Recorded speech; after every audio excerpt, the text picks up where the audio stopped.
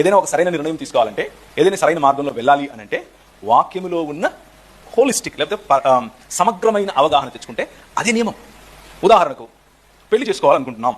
ఈ పరిస్థితుల్లో చాలా మంది స్ట్రగుల్ అవుతుంటారు. నేను ఎవరిని చేసుకోవాలి, ఎలా చేసుకోవాలి? మనం వెనకటికి నాలంటాడు ఒకడు 2 సంబంధాలు వచ్చాడు దగ్గరికి. ఒక ఆమె పేరు మరసమ్మ, ఇంకొక ఆమె పేరు కృపమ్మ. చేస్తున్నాను, ప్రభువా వీరిద్దరిలో నేను ఎవరిని చేసుకోవాలి? బైబిల్ ముందు పెట్టుకుని హల్లెలూయా అని చెప్పి బైబిల్ తీశాను. తీయంగానే నా కృప నీకు చాలును అని వచ్చింది. నేను ఎవరిని చేసుకుంటా? ఇది దేవుని చిత్తం తెలుసుకోవటం కాదు. అలా దేవుడు మాట్లాడతాడు అని అనుకుంటే మనము దేవుడిని ఒక డబ్బాలో పెట్టిన వాళ్ళం అవుతాం. అలా కాదు. కృపమ్మ ఉంది, మరసమ్మ ఉంది. ఇద్దరు ముందు ఆడపిల్లలై ఉండాలి. పురుషుడు పెళ్లి చేసుకోవాలనుకుంటే ఆడపిల్ల అయి ఉండాలి. ఎందుకు? అది దేవుని నియమం. ఒక స్త్రీకి ఒక పురుషుడినే దేవుడు చేశాడు, లేదా ఒక పురుషునికి ఒక స్త్రీని దేవుడు చేశాడు. ఇది దేవుని నియమం. 2 మరసమ్మ, కృపమ్మ వీళ్ళిద్దరూ క్రైస్తవులే అయి ఉండాలి, లేకపోతే దేవుణ్ణి తెలుసుకున్న వారే అయి ఉండాలి. మళ్ళీ క్రైస్తవులు అని అంటే మా కులపొళ్ళ అని అనుకునే పొరపాటున అలా కాదు. దేవుణ్ణి తెలుసుకున్న వాళ్ళే అయి ఉండాలి. ఎందుకు అని అంటే చీకటితో వెలుగుకు సంబంధం ఉండదు.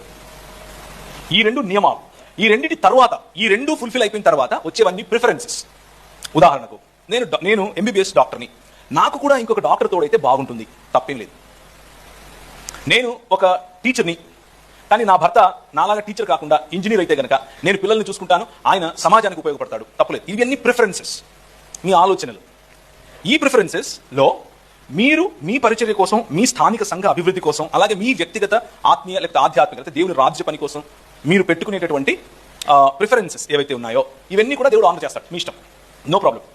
కానీ మొదటి రెండిట్లో మాత్రం ఎలాంటి పరిస్థితుల్లో కాంప్రమైజ్ లేదు.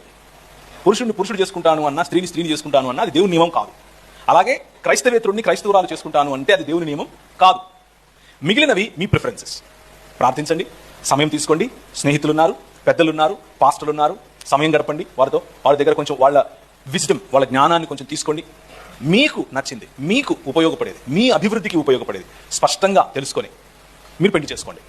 హైదరాబాద్ లాంటి చోట్లలో లేదా విశాఖపట్నం లాంటి చోట్లలో ప్రీ మ్యారిటల్ కౌన్సిలింగ్ అనేది ఉంటుంది. అంటే పెళ్లికి ముందు కౌన్సిలింగ్, ఆ అమ్మాయి యొక్క పర్సనాలిటీ మీ పర్సనాలిటీ సెట్ అవుతుందా లేదా. ఒక తెలిసిన వాళ్ళు పెద్దలు కూర్చుని ఇద్దరితో మాట్లాడినప్పుడు కొన్ని విషయాలు బయటకు వస్తాయి, వాటిని అర్థం చేసుకోవచ్చు.